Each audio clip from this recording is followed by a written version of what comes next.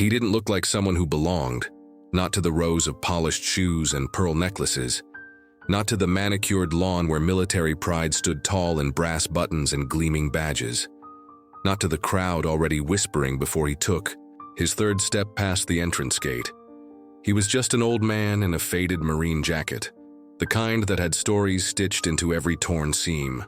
The fabric sagged at the shoulders, bleached by time, by sun, by memories too heavy to carry. His boots were worn soft.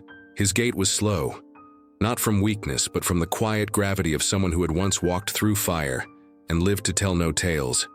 In his hands, a single piece of paper, not an official pass, not a laminated badge, just a folded letter, crumpled and creased with hope, handwritten in black ink by someone who had once called him my hero.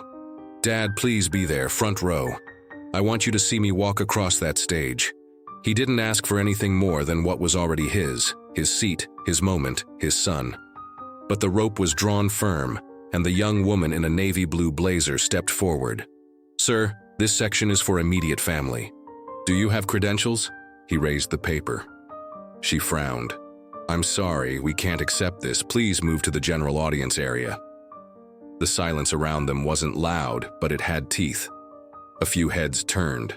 Someone muttered, "Poor guy's probably lost." He stood still, blinking slowly, like trying to adjust to a light too bright. Then with a nod, he stepped aside. No anger, no protest. Just that quiet, patient pain. The kind that doesn't show itself in tears, but in the way someone walks a little slower, as if time itself has become heavier. He found a folding chair in the last row, sat down gently. The sun caught the silver in his hair, and across the field, in the second row of the family section, 6 Navy SEALs sat straight-backed and silent. One of them turned, then another. A sharp inhale, a hand slowly lowered a pair of dark sunglasses. "Is that?" "No way." "That's Sergeant Harris." The name cracked the still air like a soft gasp. "Ironclad Harris? From Kunar?" He saved Bravo. "Team, carried 2 men out with a busted leg." The old man hadn't moved. He was staring straight ahead, eyes fixed on the line of graduates. On the young man in the third row, rigid posture, square jaw, marine dress blues shining, a sun searching. The crowd, the SEALs didn't speak. They didn't ask for permission. They simply rose, one by one, turning slowly toward the man who once carried them through hell. No announcement, no salute, just 6 shadows standing in silence behind him. The audience didn't understand. Not yet. But something shifted. Something sacred. It began with 6 men standing. No words, no signals, just motion, synchronized, instinctive, as though their bodies responded to something older than command. The crowd noticed. Not immediately. But ripples move even when the water seems still. At first, a few nearby attendees leaned over, whispering, "Who are they standing for?" "That old man. What's going on?" From the elevated stage, the faculty shifted in their seats. The event coordinator tapped her clipboard, brows tightening. This wasn't in the schedule. The master of ceremonies paused, microphone in hand, eyes scanning the field, unsure whether to proceed or acknowledge the disturbance. But the 6 Navy SEALs didn't move. They formed a semicircle behind the old man, not drawing attention to themselves, only pointing all gravity toward him. And suddenly, that old marine jacket was no longer invisible. Not lost, not misplaced, but anchored. The young woman in the blue blazer returned, clearly having been sent back. Her voice was now hushed, more careful. "Sir, may I see the letter again?" The old man handed it to her without a word. Her eyes skimmed it, then darted to the seated graduates. She bit her lip. I'll check with someone." But the moment was already moving past her, because something electric had entered the air, a current of recognition. In the third row of the formation, among the straight-backed graduates, Lieutenant Daniel Harris turned his head. His eyes had been scanning the family section with quiet urgency. Now they landed on the 6 SEALs, then on the man seated before them. He froze, just for a second. The polished posture, the composure. It cracked, subtly, beautifully. Daniel's jaw clenched, eyes suddenly glassy. He recognized the slope of the shoulders, the way the man's right leg leaned slightly outward, avoiding strain. The jacket, oh God, the jacket. He hadn't seen that jacket in years. Not since the night he left for boot camp, when his father had stood at the edge of the driveway and whispered, "Make them proud, but more than that, make yourself proud." On the stage, names were being called. Cadets stood, marched forward, received their commissions. Applause came like rhythm. But the heart of the ceremony had shifted. It was no longer just a graduation. It had become something more raw, more real. Back near the rear, a few older veterans began murmuring. One of them removed his cap and whispered, "I served with Harris. Fallujah. I'll never forget that man." Another nodded. "He pulled 2 of mine out under RPG fire. Was the last to evacuate." The stories, half-hushed, reverent, began to flow like a stream that had been dammed too long. And still, the SEALs stood like pillars of history, like statues carved not in marble but in memory. And then something small, something almost invisible happened. A young boy, no more than 10, tugged at his mother's sleeve and whispered, "Is that man famous?" The mother looked, eyes narrowing at the scene, and replied softly, "No. He's something better. He's real." Backstage, organizers were frantic. A buzz passed through their headsets. "Who cleared that old man? What's the SEAL team doing?" One senior officer replied quietly into his mic, "They're doing what's right. Leave them." As the sun reached its apex, casting long, noble shadows across the field, Daniel Harris made a choice. When the announcer called the next batch of graduates to step forward, he didn't move with them. He broke rank and walked toward the back. One step, then another. His boots tapped against concrete like a heartbeat. People turned. Photographers adjusted lenses. When he reached his father, the crowd held its breath. The 2 men locked eyes, one in dress blues, one in the jacket of 1,000 memories. No salute, no handshake, just an embrace. Tight, quiet, the kind that says everything. The crowd didn't erupt. Not yet. They were still caught in the gravity of the moment, in the pause between silence and storm. And in that pause, every soul watching understood. This wasn't a reunion. It was a reckoning. The silence that followed that embrace was not empty. It was sacred. In it, memories lived. Ghosts stood at attention. And in the minds of every onlooker, something shifted. No longer was this ceremony about rank or ribbons, about titles or tightly scripted traditions. It had become a living testament to something far older and more powerful. Honor earned in silence, loyalty lived without recognition. Daniel Harris stepped back from his father, eyes burning, breath shallow. Then, with visible effort, he returned. To formation, each footstep weighted with purpose. He didn't need to explain. That moment had spoken louder than any speech ever could. Still, the stage awaited. The ceremony continued, but now each name sounded softer, as if unwilling to compete with what had just happened. Faculty members exchanged murmurs. Camera crews, once rigid in professionalism, broke formation to focus their lenses on the old man and the silent circle of SEALs around him. Then came the name, Lieutenant Daniel James Harris. The crowd clapped automatically until they saw him climb the steps, not with a stiff ceremonial stride, but like someone carrying something sacred inside his chest. He did not face the audience first. He turned back toward the last row, toward the 6 men standing still, toward the man who raised him. And he spoke. His voice, though amplified by microphone, carried a hush that quieted even the children. "If I could ask one person to stand with me on this stage," he began, "it wouldn't be a senator or a general. It would be the man seated in the back row, who shouldn't be back there at all." Gasps fluttered through the crowd. "My father, Master Sergeant James Harris, is the reason I stand here today. Not because of what he taught me, but because of what he lived. He served his country long before I knew how to spell Marine. He carried soldiers on his back through enemy fire. He shielded men with his own body. And when he came home, he did what few can. He stayed humble. He raised me not with stories, but with silence. Not with medals, but with example. A tremor rippled through the crowd. The silence thickened, this time with awe. But today, Daniel continued, I break that silence, because sometimes silence needs to be broken, not for pride, but for truth. My father didn't ask to be here, he was invited, by me, with a letter that should have been enough. Daniel's voice caught. He was turned away, because he didn't look the part. Because time had worn his uniform thin, the audience now sat still, some heads bowed in shame, others lifted in reverence. And yet, 6 men recognized him. 6 SEALs who didn't need a name tag to know who stood among them. They rose when no one else would. And in doing so, they reminded us what service really means. Now the SEALs lowered their heads, silently receiving his words. Daniel turned to the staff seated behind him. I respectfully ask that my father be given the seat he was always meant to have. Right here.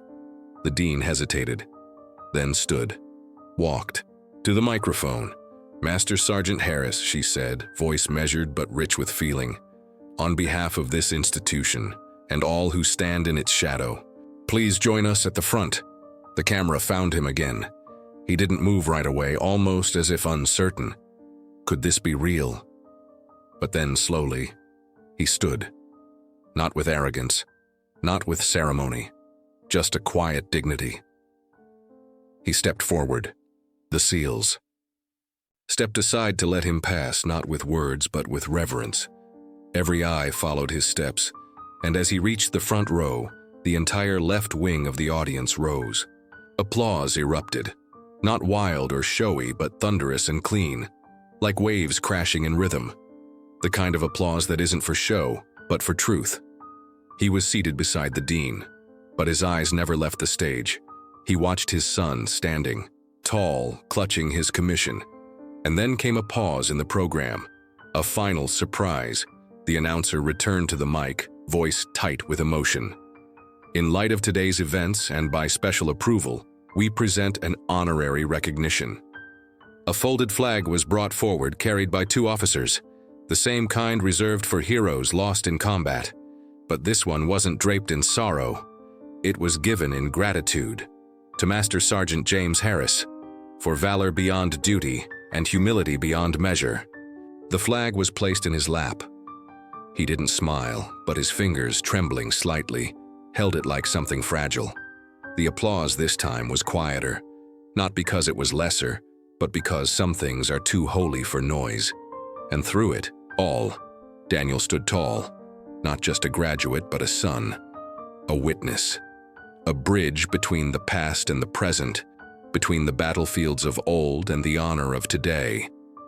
And behind him, the old jacket, battered, faded, honored, sat finally where it belonged, front row in full view. When the final cadet received their commission and the last anthem faded into the summer air, the crowd stood slowly, unsure whether to leave or remain in place. It wasn't over. Not really. Not when something that had long been buried had just surfaced, reshaping the day into something no one could have predicted. Master Sergeant James Harris didn't move from his seat. The folded flag rested in his lap, his weathered hands gently cradling it, thumbs stroking its edges as if it were something alive. His eyes stayed on the field, watching the other graduates, young, proud, full of fire, embrace their families, shake hands, pose for pictures. And though dozens of cameras now pointed in his direction, he remained still. Not from stubbornness, but reverence. He was reliving something older than this ceremony, something only he could see. The 6 SEALs who had stood behind him returned now, quietly surrounding his chair. They didn't say much. They didn't need to. "Sir," one of them finally said, voice low and thick with emotion, "we never got the chance to thank you." James looked up, A flicker of memory lit in his eyes. Pain, smoke, a cold night on a nameless ridge, 2 bodies dragged through sand, a bloodied field radio clutched. In his fist, "You boys were just kids," he said softly. "You did what you had to do." The youngest SEAL stepped forward, his metals clinking slightly with each breath. "And so did you, sir. That day saved my life." James gave a faint nod, something between acknowledgement and humility. "Glad. You made it home." In the background, parents and guests trickled past them, many stopping mid-stride to glance back. The man who had once been invisible was now the quiet center of gravity. Strangers approached him, not with fanfare, but with reverence. One elderly woman placed her hand gently on his shoulder. "My husband served with you. Vietnam, 68. He always said if he ever saw you again, he'd shake your hand." James looked up. She held out her hand. "I'm here for him." He took it and she whispered, "Thank you," before disappearing into the crowd. The staff member, the young woman in the navy blazer who had first turned him away, returned, eyes glassy, her steps hesitant. "Master Sergeant Harris," she began, voice trembling. "I'm deeply sorry for earlier. I didn't know." He smiled faintly, not unkindly. "You did your job." She shook her head. "No, sir. I judged by what I saw, not by what I should have known. That's on me." He nodded once. "It's all right. This jacket doesn't tell people who I was, and I don't wear it for them." She stood awkwardly, unsure how to say more. Then quietly, "It's an honor, sir." Then came the moment no one expected. As people began to leave, Daniel approached his father with a framed photo in his hands. Someone had printed it already. Perhaps a quick staff photographer sensing history in the making. It showed the 6 SEALs standing in silent formation behind James's folding chair, sunlight streaming through their shadows, and James's head. Bowed slightly, his hand over his heart. Daniel handed it to him. "They say a picture's worth 1,000 words, he said. James took it, studied it. "This one," Daniel whispered, "says everything." James swallowed hard. His lips parted. To speak, but no words came. Only a breath, long and silent, before he said, "I never thought I'd be seen like that again." Daniel sat beside him close. "You weren't just seen," he replied.